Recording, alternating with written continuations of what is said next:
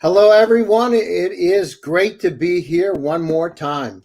My name is Gary Fowler. I am the CEO, president, and co-founder of GSD Venture Studios, a premier AI and quantum venture studio located in beautiful Santa Clara, California. We go through the world looking for incredible companies, incredible personalities, companies that are able to go global, companies that can truly become unicorns. So thank you for joining. And today we're going to be talking about Bangladeshi angels. And I am really privileged to have Nirjhor Rahman on my show today. He is a serial social entrepreneur in frontier markets in Asia and Africa, building on skills and experience in business development, management consulting, venture capital, international development, etc. Looking for early stage companies that can go global in frontier markets. So it's with great pleasure that I bring him on. Nirjhor, how are you today? Hey, Gary, how's it going? Great. Good to see you again. Absolutely. Likewise. So where are you today? I'm currently in Dallas, Texas. Oh, well, how's everything in Dallas these days? It's good.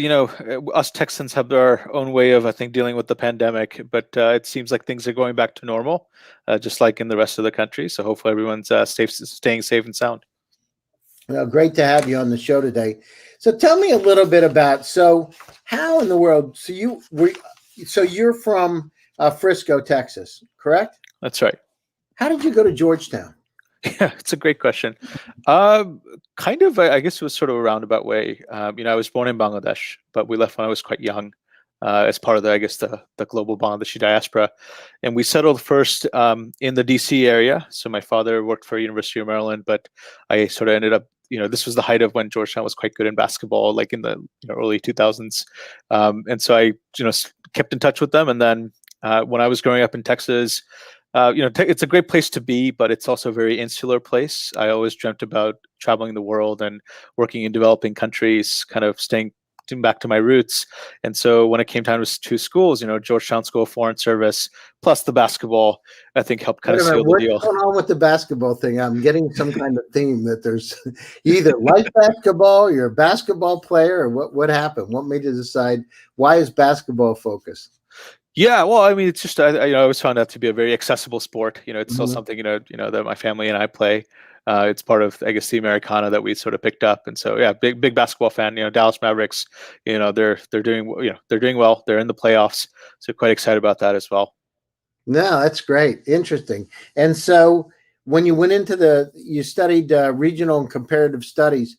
What made you go back? I know you got a really rich background. Working for consulting companies, doing internships at Georgetown. What made you decide to go back, focus back on Bangladesh? Yeah, I mean, I have to admit, in the beginning, there wasn't any kind of plan, right? All I knew was I wanted to work in emerging markets and build businesses and build social enterprises. And then, only natural that people told me, hey, if you're interested in social entrepreneurship and you're from Bangladesh, why don't you go back to Bangladesh? And so that was always at the back of my mind. And then a key catalyst was I was in 2013. I was living in Mongolia, and I don't know if you've been to Ulaanbaatar through your travels, but it's a really cold place. So you end up spending a lot of time indoors and just reevaluating how did you end up there and what do you want to do with your life, and hopefully try to get someplace warmer. So that was one, and second is there was a place warmer. Were you hanging out in a yurt having some yak milk? I've done that for sure. I had for sure. When I studied Russian in Russia, she had this idea. She went to Mongolia and she said, I stayed in a yurt and was drinking yak milk. And I said, how often? She said, all the time. All the time. right. So how many different ways can you drink yak milk? Not many. But so you definitely think about it. I mean, although Mongolia was a great place, it was a really interesting time to be there because it was growing really rapidly, a mining-led economy.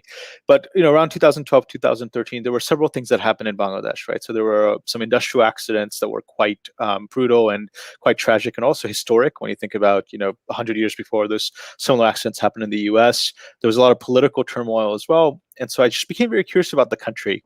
And in a weird way, I think it was sort of like a you're coming to Jesus moment, where I just kind of fell in love with it. I was like, wow, this is a country that when it started, it really no one really gave it much of a hope to be anything, right? Imagine starting a country with two different cyclones, a famine, and a genocide, right? Being the poorest country in the world to where it is today. And I felt like, well, if I'm an American or American Bangladeshi, and if I have that opportunity to kind of bridge both worlds, so why don't I try to go back? And so I was trying to look. I was looking to go back, and then there's a good friend of mine from Texas, Tyler. He and I were talking a lot, and he said, "Look, I just joined this organization that's being funded by Bill and Melinda Gates Foundation, and they have given me $500,000 blank check to develop a social business in urban sanitation.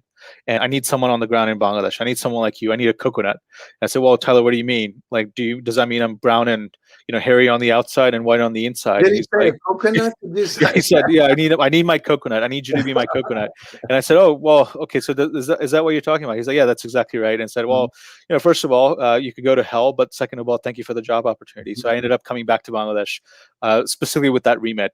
Can you build something in urban sanitation, because less than 1% of the country has access to any sewers, and so that's how I got started in Bangladesh, also in social entrepreneurship. Well, 1% of the country has sewers, you're saying? Yeah. So it's it's all colonial era sewerage, and as you can imagine, with any well, one, it's a low-lying country. Second, its cities are quite unplanned, right? So it's quite hard to go back and build sewer networks. And so, and as Bill Gates, obviously, he's been for other reasons. He's very passionate about sanitation, and so we were looking to, we're being funded by the foundation to figure out what sort of technologies we can introduce to kind of deal with fecal sludge. No, I got it. Interesting. And so you did that, and what happened? So you did that, a $500,000 project, and had your friend, and well, it sounds like one side of getting insulted, another side picking up an opportunity. I mean, I have friends like that too, by the way. Good. So you know exactly what I'm talking Mostly about. my best friends, because the other ones wouldn't get away with it. True. Yeah. So you did that, and then I was reading down through and fascinated about this. You did teach for China. Where did that come into this thing? How did you get? Yeah. No, I was involved with that organization when I was in college, right? So I was kind of a campus ambassador for them, and we built a team to kind of help recruit. And yeah, I mean, because I was interested in Asia, right? And I had even kind of thought about maybe going to China, right? I guess I tried to go to China and ended up skipping over and ended up being in Ulaanbaatar. So not the exact neighborhood, but kind of close. So How was that, Nirjhor? Looking at now, how was that experience? What could you say besides the yak milk and yurts? What are the major differences they have found, and what are the if you look at the good things about what's happening there, what are they, and what could be improved? Yeah, I think I've always found this to be very interesting about kind of Mongolians, and contrasting that to Bangladeshis, right? Because I went from one country to another.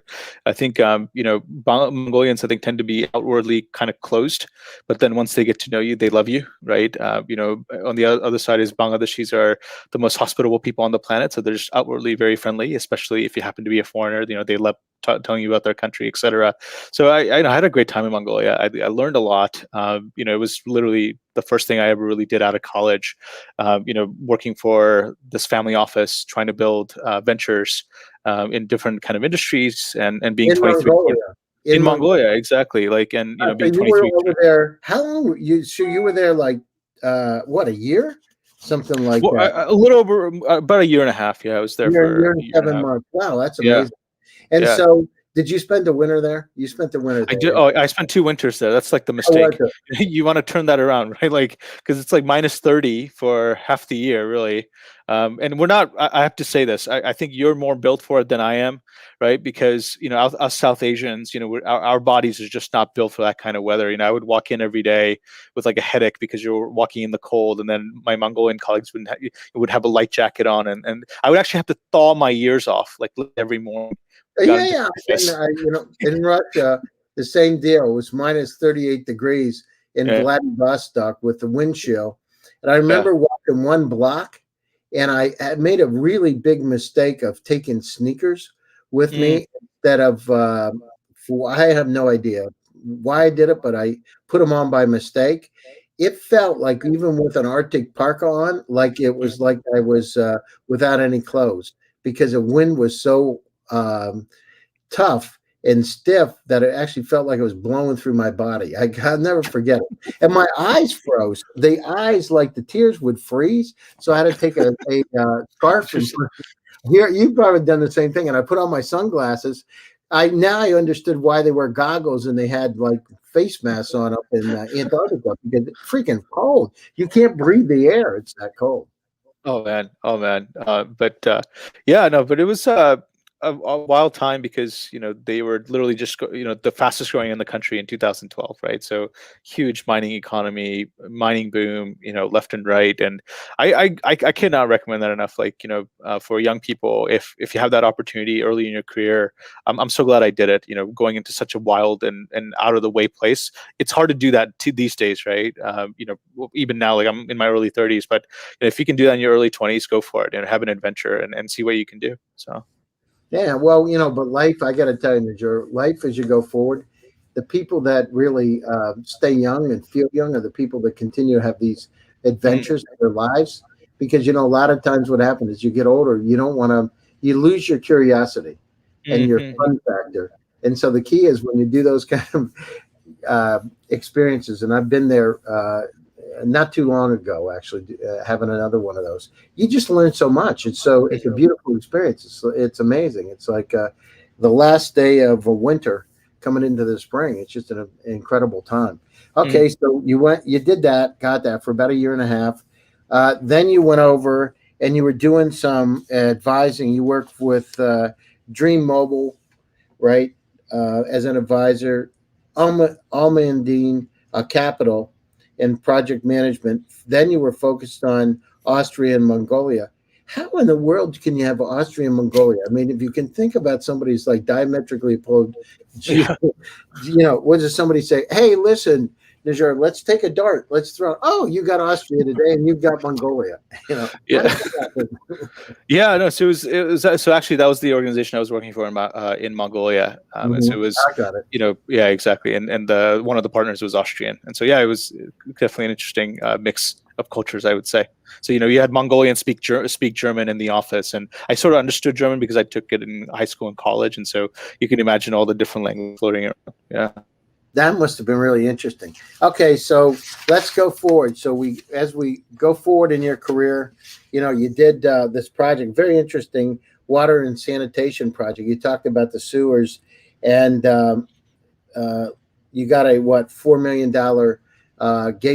Gates Foundation led project to introduce a pilot and commercialize. Did it work? There were many things that didn't work. At one point, I think I was down to my last $100 in my bank account because I couldn't bring money in and I was spending everything out of pocket and all that. But then one thing we ended up doing did work. We introduced a public-private partnership to introduce these trucks that are quite common in India and China, these vacuum tanker trucks that suck up waste from septic tanks, and then taking that to safe sites to be treated into usable byproducts like fertilizer. So that model is called Sweep. It's now in 5 cities, and it's still chugging along, and so we're quite proud of that for sure. But it was a lot of work to get there. I must say, like I had no idea about the country, the people, even the language. I barely spoke the language, right? So in many ways, I was a foreigner in my own country. How was that? Yeah, exactly. How was that going back? How did people treat you when you come back? Yeah, Bangladeshi, and Nirjhor, they're probably saying, "Oh, we know this name." They start speaking Bangladesh. What did you say? What did you? It was fascinating because I think a lot of people thought I was, because of my heavy accent, right? I would speak Bangla with a very Americanized accent. So I would, people thought I was Sri Lankan, right? Because there's a lot of Sri Lankan investors in Bangladesh. And then I actually used that to my advantage. I would kind of pretend I'm a big investor coming into a city corporation, talk my way into the mayor's office. I remember one time, I was sitting across from one of the mayor of the second biggest city in the country. He just kind of looked at me like, "What do you want from me?" And I said, "Sir, the way I said it was, it said, "Sir, আমি আপনার শহরে একটা পায়খানা ব্যবসা করব." In Bangla. In English, transliterated, it means, "Sir, I'm going to do a poop business in your city." And I just kind of looked at him, and then they all thought I was having some kind of a seizure, right? But then they like, this guy just said he's going to do a poop in our city. Like, what's going on? Well, is that because you didn't understand Bangladeshi? That's Just right. wanted to catch a guy's attention. I had no idea how to say it. Yeah, exactly. And so those are the memories. I was working And how did you get out of that one? When they start speaking English with you? What happened? They're like, okay, this guy, just sit him down. He's clearly having a heat stroke. Get him some water, and son, just slow down. Tell us in English, what do you want? We can speak English, don't worry. And so so it ended up kind of being that way, and they ended up kind of, I guess, feeling sorry for me, because most people don't do it, right? Like this young man coming, having grown up abroad for most of his life, to come back to the country. They all thought I was crazy, to be very frank, and they thought I was nuts, and maybe just they felt like, maybe we could just throw him a bone because he needs it. So And then what did they throw you? So you got the you told them about the poop stuff. You probably had a laugh after that, though. They had a laugh at some point. yeah, for sure. But they were so generous. Yeah, like even that city corporation that in question, like they ended up giving us land, like just a bunch of kids, really. Like I was in my 20s, my team members were in our 20s, like giving us land to build a treatment site, right? Like land's very expensive in Bangladesh because there's not a lot of it, right? Especially municipal land. There's a lot of obviously haggling over that, and so and that model ended up being replicated in other cities and things like that. So I'm quite grateful. It doesn't happen, right? Most people have this viewpoint that an emerging market or frontier market like Bangladesh, you have to be very connected. I certainly wasn't. I just told my story, and I guess people listened. So I'm quite grateful. Well, I mean, you came back, right? The thing is, they respect you because you came back to the country. Okay, so you did that, and what kind of impact did the project have on the sewage system in Bangladesh? So, I mean, it's still early days, and that's one of the reasons I really left the water and sanitation sector, because, unlike startups, in startups, innovation happens every day, right? In the water and sanitation sector, innovations happen once a decade. But, the motto is the way forward, right? Because there's a lot of investment in, sewage infrastructure and sewage treatment plants, but they need a way for the sewage to kind of get there. Right, being collected from these septic tanks and these residences and commercial buildings, and so this kind of mechanized way and through a privatized approach has so far been the I guess the de facto way that a lot of municipalities have been adopting this. So I'm quite proud of that. Obviously I wasn't alone. I had an incredible team both in Bangladesh but also in the UK, where the HQ of the office, the organization was. But it's certainly proven to be the model that's now scaling across Bangladesh. Interesting. So. When you were going down through it, what did they have? Like, how did they? I'm interested in the. Are they using septic systems or outhouses, or what do they use now? So, if you're a low-income resident, then you're probably going to have an outhouse. You're probably going to use a twin pit latrine, right? And then typically what happens is either it floods and then you have to call somebody or find these guys who would clean it up manually, right? And take it up to the nearest water body, and they'll just dump it and they'll just kind of charge it, right? Really? In the water? In the water, yeah, in the water. And so those gentlemen have a very hard life too. And most of their, they're called sweepers, and a lot of them, their younger generation don't want to do that anymore, right? So they're trying to leave that work altogether. On the other side, if you have let's say a tall, apartment building or a factory, you would have a septic tank, but then you would connect that septic tank directly to the drains. So once again, when it gets full, all the shit is literally going into the drains. Oh my God, that's unbelievable. Does it stink? It does, right? So going along the street until you start smelling sewage, and like, oh, of course, it's raw sewage literally seeping out in the street. And Bangladesh, it rains a lot, obviously in the monsoons and stuff. So definitely, like, I mean, that's the scenario at the moment for a lot of parts of the country. Wow, that's amazing. Wow, that's incredible. What a great initiative going over, and not everybody would do that. That's super. So, okay, so fast forward, you did YGAP. You did the Sherpa Impact Capital. So what about YGAP? So tell us a little bit about YGAP. Yeah, so YGAP's a very interesting organization as well. So it's a lot of philanthropic minded kind of millennials in Australia who came together to raise money, and from friends and family in the beginning, and then through national campaigns, and then to then funnel that towards entrepreneurs in developing countries like Bangladesh and Kenya and South Africa, trying to, I guess, support local leaders, creating local change. That's kind of their motto. So I was very privileged to be the country director. I followed in the footsteps of a good friend of mine who started as the first one. And I took it on as sort of a way to take some of my lessons right after I did the social entrepreneurship thing in water and sanitation, and work with other grassroots entrepreneurs. And I think I got two things out of it. So one was I got to meet so many entrepreneurs from around the country, and I just got to see that there's a lot of entrepreneurial talent in Bangladesh. So that was one epiphany. Second was that I saw that acceleration is good, training programs are good, but they have to also be combined with investment, right? Otherwise, these entrepreneurs won't be able to really get off the ground.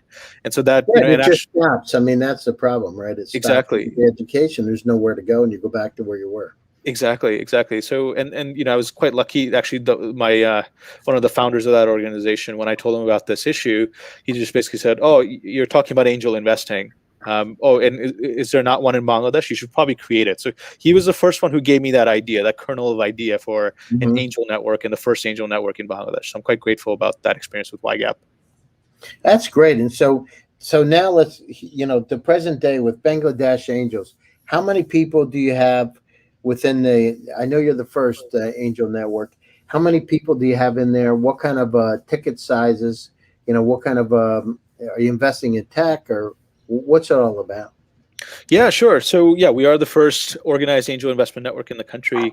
We've been operating for a little over 2 years. I'm the CEO, and I have a really incredible board of leading investors in the country, kind of supporting me in that process. We've got about 200 members now around the world. Country, from Bangladesh, or from Bangladesh, and also the region as well. But of the membership, I would say about 40% are overseas. So they're in markets like the U.S., UK. Even sprinkle in places like Japan or Singapore, Australia, because there is a very significant kind of diaspora within Bangladesh, right? And I'm part of that, and obviously a lot of our members are part of that. We've done 15 investments so far. We've helped facilitate around $1.6 million, and so that's roughly about 100K checks. So for us, that's I would define that to be pre-seed in the context of Bangladesh. So typically, the typical profile of a company, although certainly expect exceptions, but 1 or 2 years of operations, some kind of a digital technology kind of underpinning their product or service, being in the market, generating user traction and potentially revenues as well, but certainly nowhere near product market fit, and certainly a lot of things to work on, including things like governance and cleaning up their strategy and things like that. So that's we want to be the first professional check into a company after friends and family. So that's kind of our motto or our desire. Nirjhor? How big is it right now? Yeah. Oh no. So we don't run a fund itself, right? So we are a network-based approach to investment. So so far our aggregate investment has been about 1.6 million. Okay. So the smart capital you talk about, the smart capital is not yours. You're basically connecting the dots with investors and individuals. Right. Okay. That's right. Yeah. So what's a typical check size, and what are they investing in? Yeah. So 100K. That's kind of the average check size so far has been. In terms of where we've invested, it's been kind of logistics. It's been e-commerce, including niche e-commerce plays. It's been kind of healthcare, health tech, food tech. We've done our first fintech investment as well recently. So kind of runs the gamut along those lines, but certainly we'd love to do more. I think we're close to kind of doing our first deep tech as well, but I'll tell you more about that in the future once it's public. So no, that's great. Well, it sounds like you're doing a great job. How many members do you have? 200. Are they only from Bangladesh? No, we've actually got Japanese nationals, we've got Indian nationals, right? We've got even a Brazilian national in there. So we do have foreigners as well, who are just interested to angel invest, and they want to be part of something like this. So how do they reach out if somebody wants to join? How do they do that? Yeah, it's quite easy. Most of our members kind of come through our online form, so you can just go to bdangels.co and just leave your details under the sign up form, and we'll get in touch with you. And that's also been interesting. I think a year and a half ago, we were very much a physical network, meeting face to face over dinners in Dhaka, like an angel club would. Because of what happened with the pandemic, my family lives here in Texas, so I've been with them. We sort of switched to this online model, like similar to you. That's how we found each other, right? And so that's been great because we now are able to reach a global audience through digital means as opposed to just physical. So that's been really great. No, I agree. The reach has been amazing. I mean, there've been a lot of negative pieces towards incredibly negative pieces about the pandemic, but the one shining star out there has been the ability to connect to people all over the world, to be able to, jointly invest, jointly make opportunities together, jointly create companies. So I mean, it's amazing, actually. The McKinsey said the digital transformation was going to happen over the next 10 years. But it's really, in order for companies to survive and to grow, they've had to do it now. So the digital transformation started. So you're right on target about that. What about, do you have events? What can somebody that's in the Bangladeshi Angels group paint a picture? What does it look like and what do they get out of it? Sure, absolutely. So, we typically have kind of weekly events, right? On a Thursday, we'll maybe showcase a new company, and so that we'll send out a deal brief ahead of time via email. People will dial in from all over the world, and we'll grill the entrepreneur, and then from there, we'll circulate those notes and figure out, create like a working group, right? Who would kind of work with me and my team to look into these companies and conduct the due diligence, and then figure out, one, if we're going to invest and how much and under what terms, right? That's one element. The other thing we like to do, and I know we had you on before, and we loved having you on. People still talk about it. On weekends, we like doing sessions online with experienced tech executives, entrepreneurs, investors from around the world, who are typically coming from markets that are a little bit different to us, a little bit more mature than us, because we want to learn, right, about best practice from around the world when it comes to venture investing, when it comes to technology investing, and creating startups. And so we do that as well. And then and being a member, allows you, gives you access to these events, gives you access to the recordings, gives you access to the deal flow, and then hopefully you can get started with investing as part of our syndicates. So. And then what does it cost? How do they join? Can you join? Yeah, so it's $300 a year. It's a nominal fee just to kind of keep us going and keep our operating expenses and such. And so that's one element. And then our other business model is when companies are successfully able to fundraise through us, we take a success fee, really 3% for equity on that side as well. So that's how we've been kind of running it, and we've seen that work with our sister networks in places like India and Sri Lanka, and so we're applying that in the context of Bangladesh. Wow, that's great. Well, we're coming up to the top of the hour. Closing thoughts. What's it look like in Bangladesh over the next year? How can people reach you?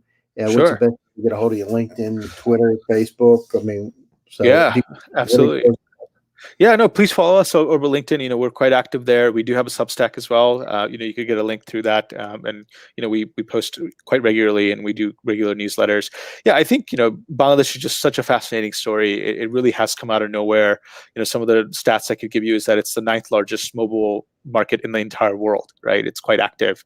The median age of the population is only 27, right? It's been one of the most successful countries in the world for mobile payments penetration. 1 in 2 people have it, but transacting hundreds of millions a day. It's been one of the most successful countries in the world for online freelancing, right? You've got thousands of companies doing software development, and now a startup sector has emerged. It's been $300 million plus invested in the sector in the last 7 or 8 years, and the velocity is only increasing. And I think we do have a great opportunity being sandwiched between India, China, and Indonesia, and in Southeast Asia, given our population size, given our growing consumer market, the fact that we're now about to become a little middle income. I think there's a lot of opportunities, and certainly if you guys want to get involved, please get in touch with us and let's get talking. How do they get a hold of you? What's the best way? It's the best is probably Nirjhor, my first name, .Rahman, Rahman, at bdangels.co. I'm also on Twitter under my name, Nirjhor Rahman, so you could also get a hold of me there as well.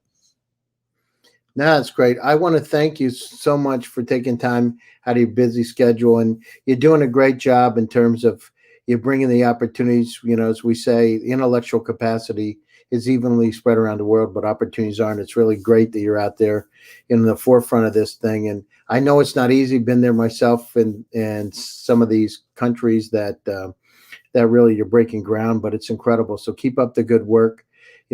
Stay happy, stay healthy. And to my audience, thank you once again for tuning in to GSD Presents Silicon Valley AI and Tech. Nirjhor is amazing, making the world a better place. Each one of you out there can do the same kind of thing. You just got to believe in your dreams. You got to focus, and you just got to do it. And as we say at GSD, get shit done. It's about the results. So go get them. Go do it. My name is Gary Fowler. I'm your host. Stay tuned. Next week, I'll be back again on Tuesday for another edition of GSD Presents Silicon Valley AI and Tech. Thanks, everybody. Stay safe, stay healthy, and stay happy. Talk to you soon. Thank you.